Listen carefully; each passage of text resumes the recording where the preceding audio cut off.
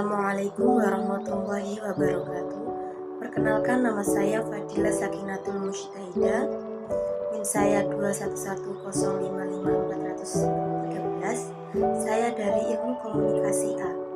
Saya akan menjelaskan teori-teori komunikasi massa, Spiral of Silence Theory, Technological Determinism Theory.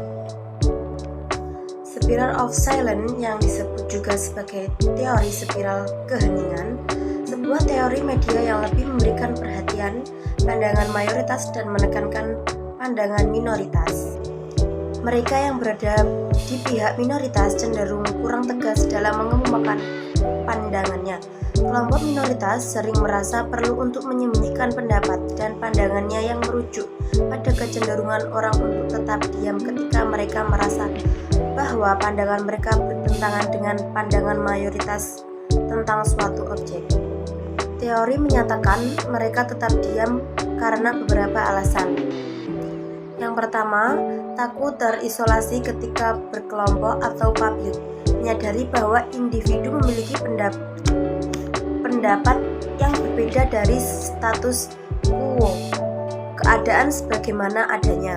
Kedua, takut akan pembalasan atau isolasi yang lebih ekstrim, dalam arti bahwa menyuarakan tersebut dapat menyebabkan konsekuensi negatif dari isolasi belaka, atau kehilangan pekerjaan atau status, atau mendapatkan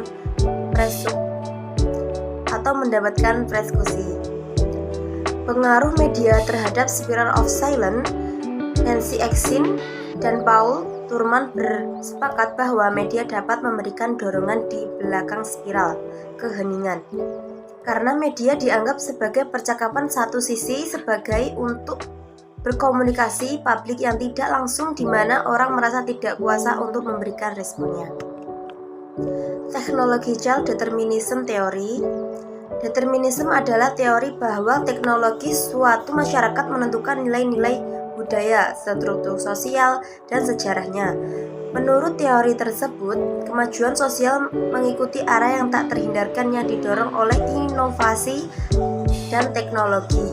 Teknologi tersebut membentuk bagaimana cara individu tersebut berpikir, berperilaku dalam masyarakat, dan teknologi tersebut mengarahkan manusia untuk bergerak dari satu teknologi ke teknologi yang lain.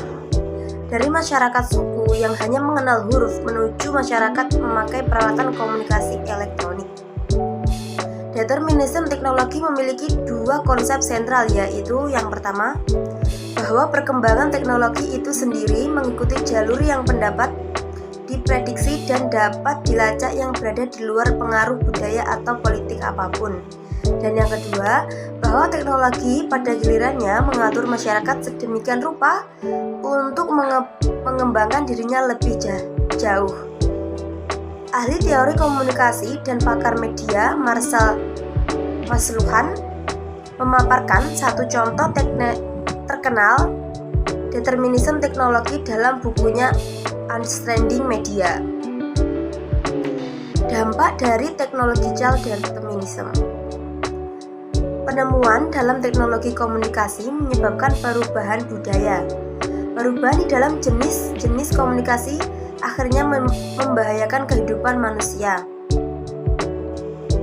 Kita membentuk peralatan untuk berkomunikasi, dan akhirnya peralatan untuk berkomunikasi yang kita gunakan membentuk atau mempengaruhi kehidupan kita sekarang. Maka dalam hal ini berarti kemajuan teknologi ternyata berpengaruh besar terhadap kehidupan kita dan bisa mengubah pola pikir kita, bahkan perilaku kita. Adapun kelebihan dari determinisme ialah semua kehidupan manusia dipengaruhi oleh lingkungan, maka manusia dapat memahami lingkungan sekitarnya.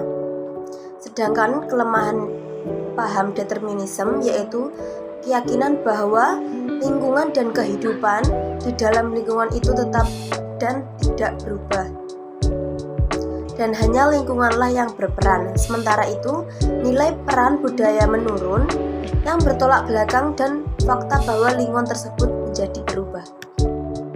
Physis determinism merupakan pemahaman geografis yang menyatakan bahwa semua kehidupan manusia dipengaruhi dan bergantung pada lingkungan. sekitarnya. Tokoh fisis determinisme adalah Karl Crowley, Alexander von Humboldt. Gagasan yang dapat pada fisis determinisme yaitu: 1. Manusia dipengaruhi oleh alam sekitarnya. 2. Manusia tidak bisa menang melawan kekuatan alam yang lebih kuat. 3. Aktivitas manusia dapat dijelaskan dan memahami lingkungan sekitarnya. Kelebihan paham determinisme adalah sebuah kehidupan manusia dipengaruhi oleh lingkungan, maka manusia dapat memahami lingkungan sekitarnya masing-masing.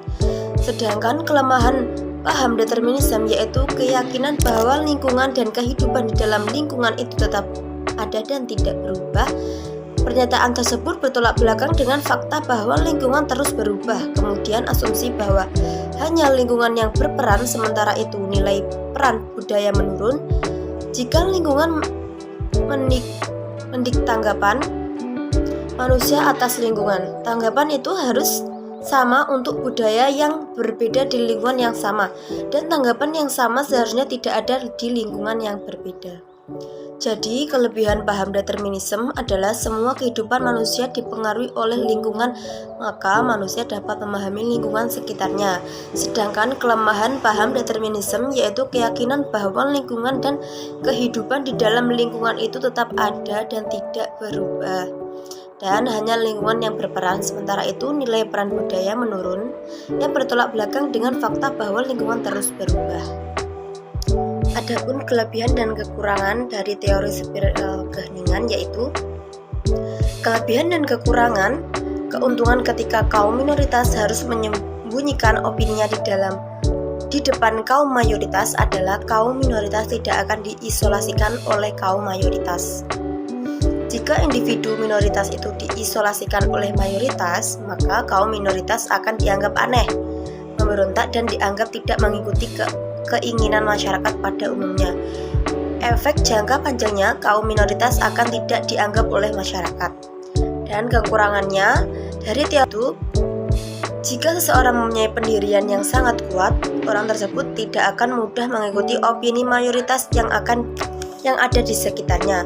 Misalnya, jika opini itu menyangkut kepercayaan, contoh seorang muslim percaya bahwa daging babi itu haram dan dia percaya betul, tentu akan menolak opini yang mengatakan bahwa daging babi itu halal.